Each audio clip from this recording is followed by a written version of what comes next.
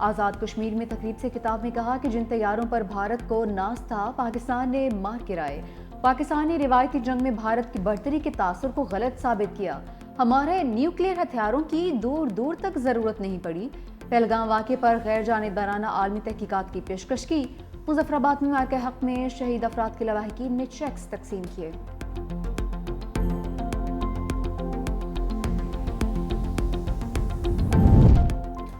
بھارت نے سنتاس معاہدے کی خلاف ورزی کی تو آزادی کشمیر پر 6 دریا پاکستان کے ہوں گے۔ ترجمان پاک فوج لیفٹیننٹ جنرل احمد شریف چودھری کا دو ٹوک اعلان۔ کہا مسلح افواج نے بھارتی فوج کو ایسا سبق سکھایا کہ وہ کبھی نہیں بھولے گا۔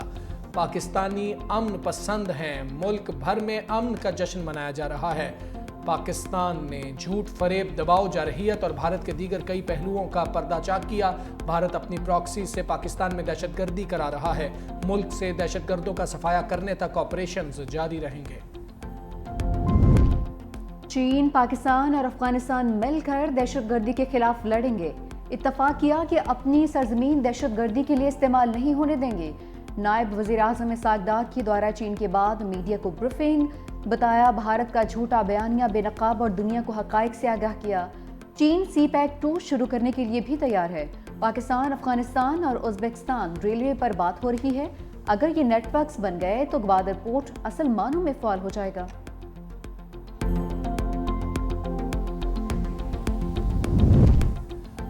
بھارتی وزیر خارجہ کا پاک بھارت کشیدگی کم کرانے میں امریکی کردار کا اعتراف۔ جے شنکر بولے امریکہ کے پاکستان اور بھارت دونوں سے رابطے تھے۔ امریکہ تنہا نہیں تھا، خلیجی اور دیگر ممالک بھی شامل تھے۔ جنگ بندی پاکستان اور بھارت میں براہ راست طے ہوئی۔ دونوں ممالک میں رابطے کے لیے ہاٹ لائن ہے۔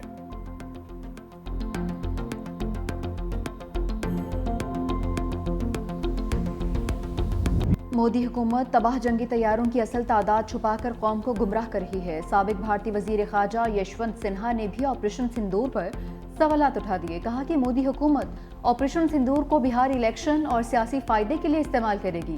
مودی، امت شاہ، جے شنکر اور اجیت دوول کو سفارتکاری اور انٹیلیجنس کی ناکامی پر استعفیٰ دینا چاہیے۔ آپریشن کی ناکامی پر سوال کرنے والا آج بھارت میں غدار کہلاتا ہے۔ عوام کو حقائق بتانے کے بجائے مودی سرکار مکمل خاموش ہے۔ خزدار بس حملے میں ایک اور طالبہ شہید۔ 8ویں جماعت کی سحر سلیم دوران علاج چل بسی۔ بزدلانہ حملے میں شہید ہونے والی طالبات کی تعداد 4 ہو گئی۔ شہید 2 بچیوں کا سفر جنت صادق آباد اور اوکاڑا میں سپرد خاک۔ جرمنی، کینیڈا اور روس کی خزدار سکول بس پر حملے کی شدید مذمت۔ جرمن سفیر نے کہا سکول کے بچوں پر حملہ ہولناک ہے۔ کینیڈین سفیر بولے حملے میں بچوں سمیت کئی قیمتی جانیں ضائع ہوئی۔ روسی سفیر نے کہا امید ہے حملے کے ذمہ داروں کو سزا دی جائے گی۔ بھارتی سپانسر دہشت گردی کے خلاف سینٹ میں ارکان یک زبان۔ نائب وزیر اعظم اسحاق ڈار نے کہا کہ خزدار واقعے کے پیچھے بھارت بس بہت ہو چکا۔ بھارت کی پراکسی وار سے متعلق مستقبل کا لائحہ عمل طے کرنا ہوگا۔ جنگ بندی برقرار، شرافت اور عزت اسی میں ہے کہ بھارت صلح کر لے۔ پی ٹی آئی رہنما سینیٹر علی ظفر نے کہا کہ دہشت گردی اور دہشت گردوں کے لیے کوئی رحم نہیں ہونا چاہیے۔ پاکستان کبھی جھکا ہے نہ جھکے گا۔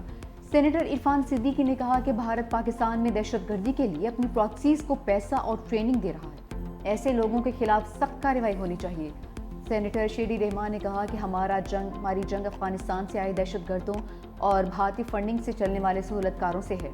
سینیٹر انوار الحق کاکڑ نے کہا کہ پاک بھارت کشیدگی میں تکبر کے دیوتا کو شکست ہوئی ہے۔ دوسری جانب قومی اسمبلی نے سنتاس معاہدے کی غیر قانونی معطلی پر قرارداد متفقہ طور پر منظور کر لی۔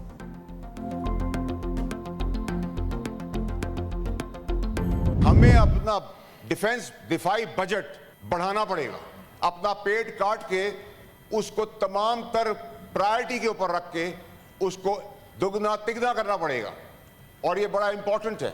ڈیولپمنٹ کی بات نہیں کر سکتے، اب ہمیں ڈیفنس کی بات کرنی پڑے گی، کیونکہ ڈیفنس ہمارا مضبوط ہوگا تو ہم ڈیولپمنٹ کر سکیں گے۔ اگر ڈیولپمنٹ کر دی اور ڈیفنس کمزور رہا تو ہم کہیں کے نہیں رہیں گے۔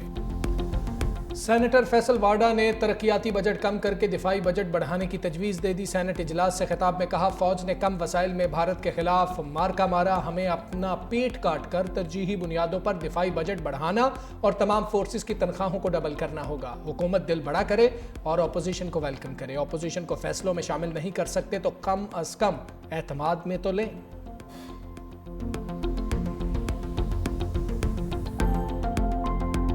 جو بجٹ آ رہا ہے تو اس کے لیے بجٹ کے لیے کچھ جو 4-5 ہمارے ضروری لوگ ہیں، جس میں ہمارا فائنانس ایڈوائزر ہے اور ہمارے پارٹی کے کچھ اور لوگ ہیں، میں مجھ سمیت، ان کی ایک ملاقات ضروری ہے۔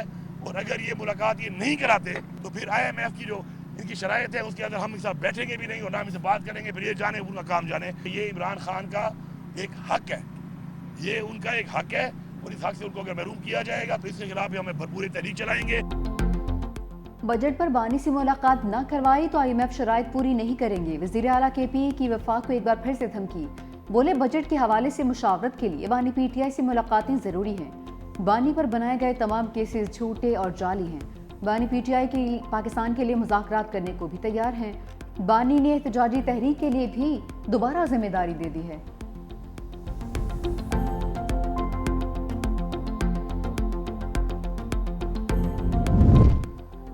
مخصوص نشستیں نظر ثانی کیس میں آئینی بینچ پر اعتراض کی تمام درخواستیں مسترد، عدالت نے محفوظ فیصلہ سنا دیا۔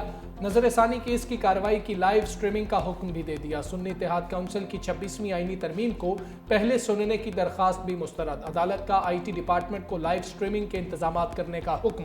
مخصوص نشستوں پر نظر ثانی کی درخواستوں پر مزید سماعت 26 مئی تک ملتوی۔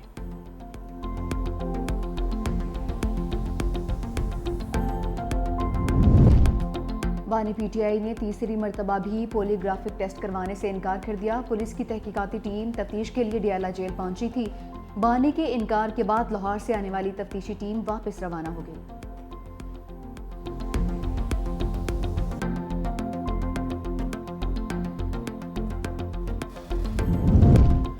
اسلام آباد ہائی کورٹ سے PTI کے کھلاڑیوں کو ریلیف۔ 26 نومبر کے احتجاج کے سلسلے میں گرفتار 86 کارکن ضمانت پر رہا۔ درخواستوں کی سماعت اسلام آباد ہائی کورٹ کے قائم مقام چیف جسٹس سرفراز ڈوگر اور جسٹس محمد آصف کی سربراہی میں ڈویژن بینچ نے کی۔ کارکنوں کی ضمانتیں 10-10 ہزار روپے کے مچلکوں کے عوض منظور کی گئی۔ اس سے پہلے ماتحت عدالتوں نے ضمانتیں خارج کر دی تھیں۔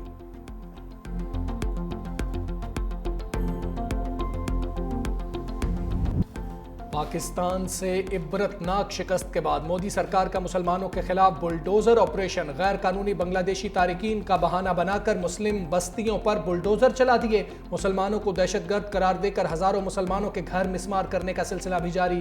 TRT نے تفصیلی رپورٹ اور ویڈیو جاری کر دی۔ TRT کے مطابق 7000 سے زائد گھروں کو زبردستی خالی کرایا گیا، جن میں زیادہ تر مسلمان خاندان مقیم تھے۔ متاثرین کی انصاف کی دہائیاں۔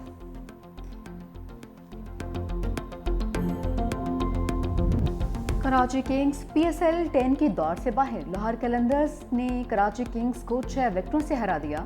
قلندرز نے 191 رنز کا ہدف 19ویں اوور میں حاصل کر لیا۔ عبداللہ شفیق نے 65، فخر زمان نے 47 رنز کی شاندار اننگز کھیلی۔ محمد نعیم 14، کشال پریرا نے 30 جبکہ راجہ پاکسے نے 23 رنز بنائے۔ لاہور قلندرز اور اسلام آباد یونائٹڈ میں مقابلہ کل ہوگا۔ جیتنے والی ٹیم فائنل میں کوئٹہ گلیڈیٹرز سے ٹکرائے گی۔ سورج کا پارا ہائی، سبی اور دادو گرم ترین شہر قرار، درجہ حرارت 50 ڈگری تک ریکارڈ۔ رحیم یار خان کوٹہ 2 میں 49، بہاولپور اور جیکب آباد میں 48 ڈگری سینٹی گریڈ رہا۔ لاہور میں پارا 41 ڈگری تک ریکارڈ کیا گیا۔ منشن آباد میں ہیٹ سٹروک کے باعث سکول میں بچہ جاں بحق، شدید گرمی کے باعث بجلی کا سسٹم بھی جواب دے گیا، لو وولٹیج کے باعث AC جواب دے گئے۔ ماہرین کی شہریوں کو شدید گرمی میں بلا ضرورت گھروں سے نہ نکلنے کی ہدایت۔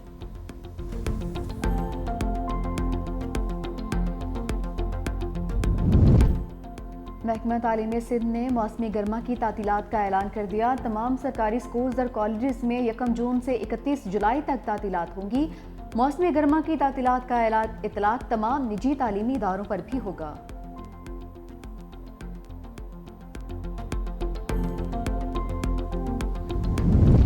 صدر ٹرمپ کے حکم پر امریکی فوج سے ٹرانسجنڈر فوجیوں کو نکالنے کا آغاز. تمام فوجیوں کے ذاتی ریکارڈز کو ان کی پیدائش کے وقت کی جنس کے مطابق اپ ڈیٹ کریں. 14 صفحات پر مشتمل میمو میں کمانڈرز کو ہدایت جاری. پینٹاگون کا کہنا ہے کہ ٹرانسجنڈرز خود مستعفی نہیں ہوئے، انہیں نکالا جا رہا ہے.